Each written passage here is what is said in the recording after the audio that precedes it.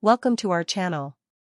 Today, we pause to remember a life that touched hearts and left a lasting impact. We'll explore their journey, the challenges they faced, and the moments that made them unforgettable. Join us as we honor their story, celebrate their legacy, and reflect on the memories that will continue to inspire and live on in the hearts of those who knew them. The news was confirmed quietly, without spectacle. Florio Floyd Vivino, known to generations as Uncle Floyd, passed away on January 22, 2026. He was 74 years old. For many fans, the loss felt personal, like the closing of a small, strange room where they once felt understood. Uncle Floyd was never meant to be polished. His world was built from cheap sets, hand-painted signs, broken props, and jokes that sometimes missed on purpose. What mattered was not perfection, but presence. When his show went on the air, it felt like a secret being shared rather than a product being sold.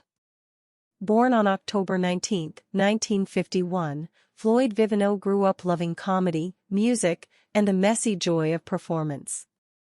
He did not chase Hollywood approval. Instead, he created his own space, one that lived mostly on local television and late-night schedules.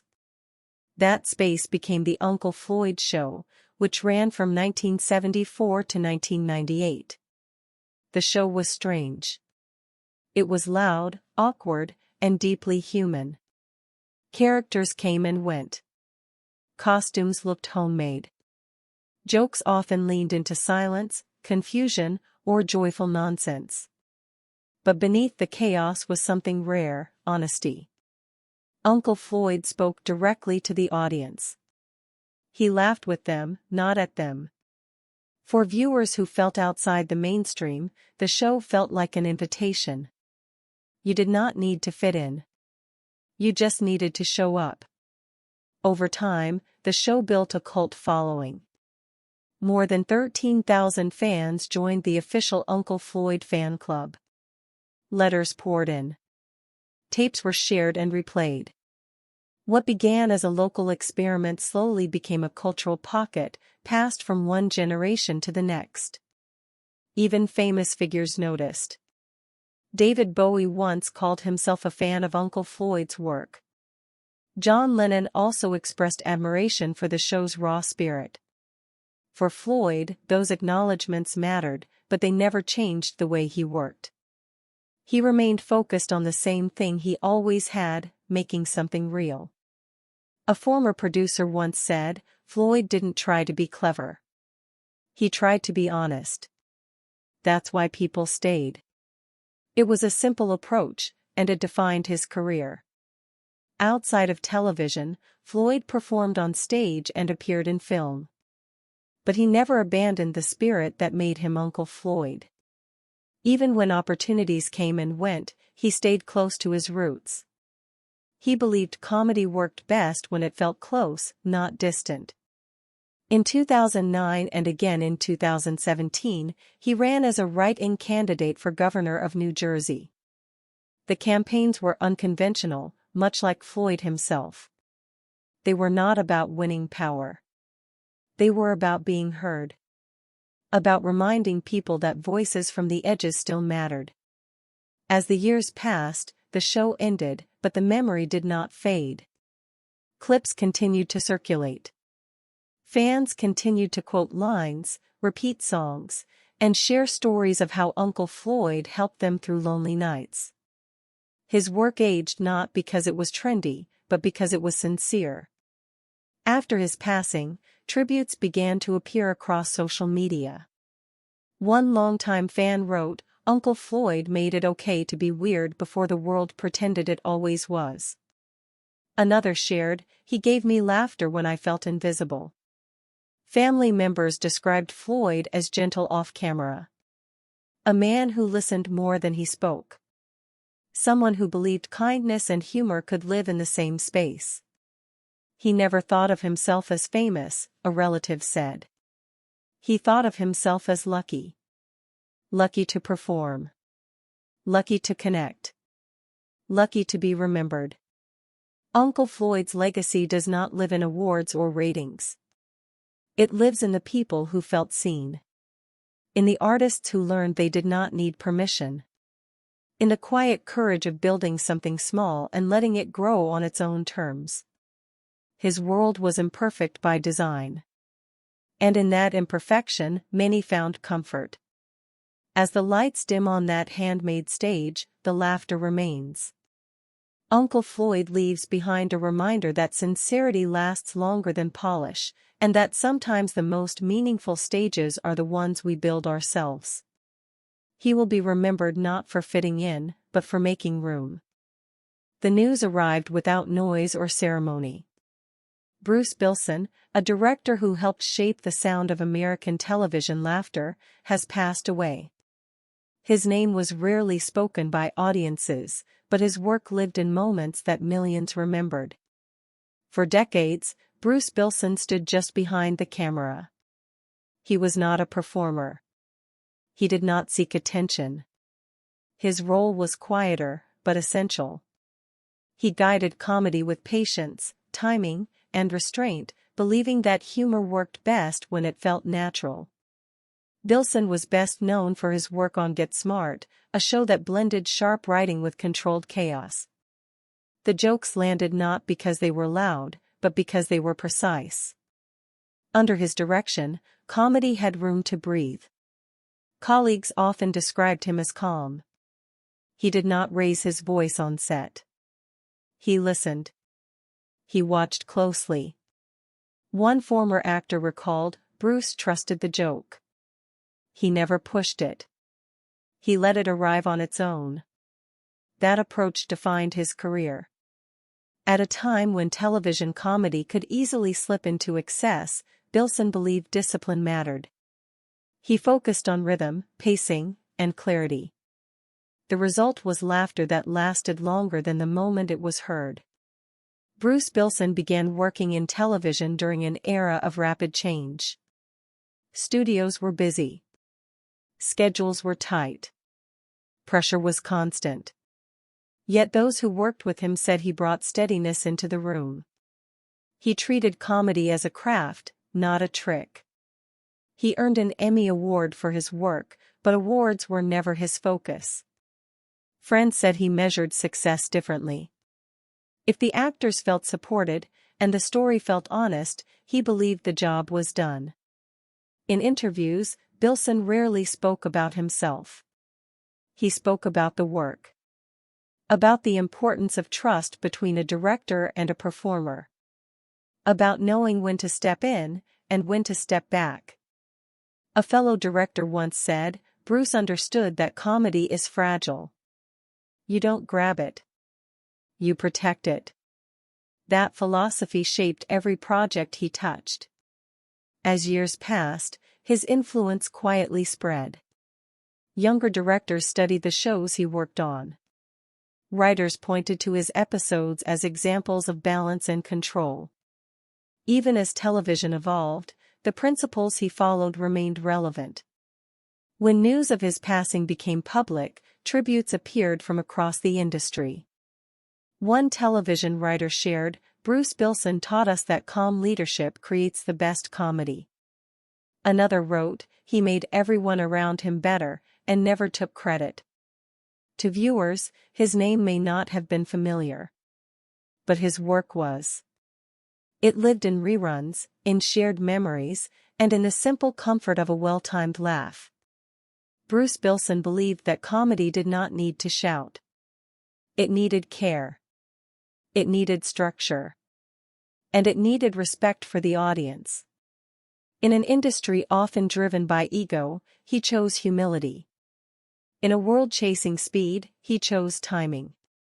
As American television looks back on its golden years, his presence remains quietly woven into its fabric. Not as a headline, but as a steady hand that helped laughter find its place. Bruce Bilson is remembered not for stepping into the spotlight, but for knowing exactly where it should fall. And in that gentle precision, his legacy continues to play on. The news was confirmed with quiet respect. Gladys Mae West passed away on January 17, 2026, at the age of 95. For many, her name was not widely known. Yet the world she helped measure continues to move by her work every single day. Gladys Mae West spent her life solving problems most people never see. She did not stand on stages or appear on screens. Her work lived in numbers, equations, and careful calculations that slowly changed how humanity understands the Earth.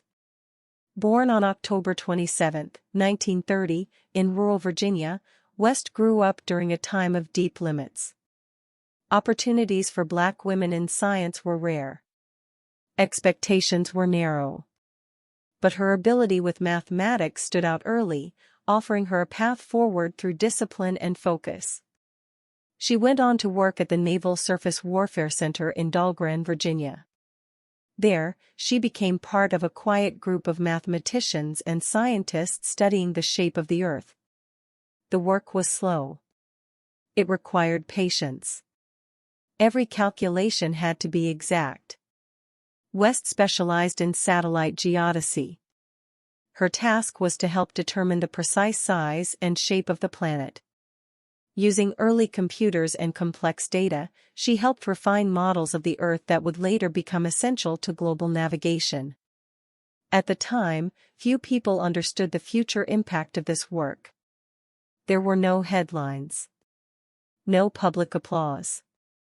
Just long days of problem-solving and steady commitment to accuracy. Years later, that work became a foundation for GPS technology. The same systems that guide airplanes, ships, emergency services, and everyday drivers rely on the measurements she helped perfect. Her math quietly became part of daily life across the globe. Despite the importance of her contributions, recognition came slowly. West often worked without public credit, in an era when women, especially women of color, were rarely acknowledged in scientific spaces. She did not complain. She continued. A colleague once said, "Gladys cared more about getting it right than getting noticed." That belief guided her entire career. In later years, as her role in GPS development became more widely understood, tributes began to emerge. One fellow scientist wrote, "Her work is everywhere, even if her name is not." Another shared, "She helped the world find its way." West herself remained humble. In interviews, she spoke about teamwork, persistence, and the importance of education. She often encouraged young people to stay curious and patient, even when progress feels invisible. Her life showed that impact does not always arrive loudly. Sometimes it arrives slowly, carried forward by accuracy and trust. Gladys Mae West measured the Earth so others could move across it safely. She helped turn space data into human direction. Her legacy lives in every map, every signal, and every journey guided by unseen math. As the world continues to rely on the systems she helped build, her story reminds us that recognition is not the same as importance. Gladys Mae West will be remembered as a woman who changed how the planet is understood, quietly, carefully, and forever. The news was confirmed with a quiet heaviness. Robert George Hurst, the drummer whose steady rhythm helped carry a nation's voice, has passed away. For many fans, the loss felt subtle at first, like a song ending without warning. But the silence that followed made his absence clear. Robert Hurst was never the loudest figure on stage.